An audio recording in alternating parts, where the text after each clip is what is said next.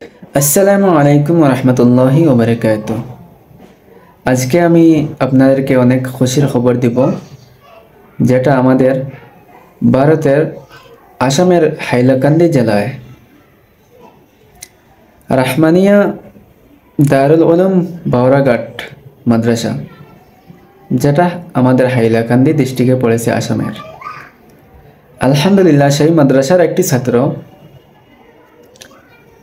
মাত্র 11 মাসে সে নাজারা হিফজ সম্পূর্ণ করেছে এবং ভালো ইয়াদও করেছে। আলহামদুলিল্লাহ, সেই বাচ্চাটির নাম হলো তামিম আহমেদ।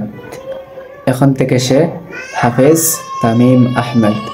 মাশাআল্লাহ, আমরা সবাই তার জন্য দোয়া করি, আল্লাহ যেন তাকে অনেক বড় মাপের একজন হক্কানি আলিম হিসাবে কবুল করেন। আমিন সুম্মা আমিন।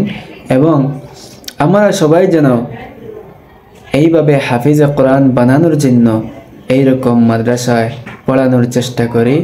নিজের ভাই বোন, নিজের বাচ্চাদেরকে ইনশাআল্লাহ পড়াবো এবং তার জন্য দোয়া করি, আল্লাহ যেন তাকে নেক হায়াত দান করেন এবং এই কোরআনের মেহনত করার তৌফিক দান করেন।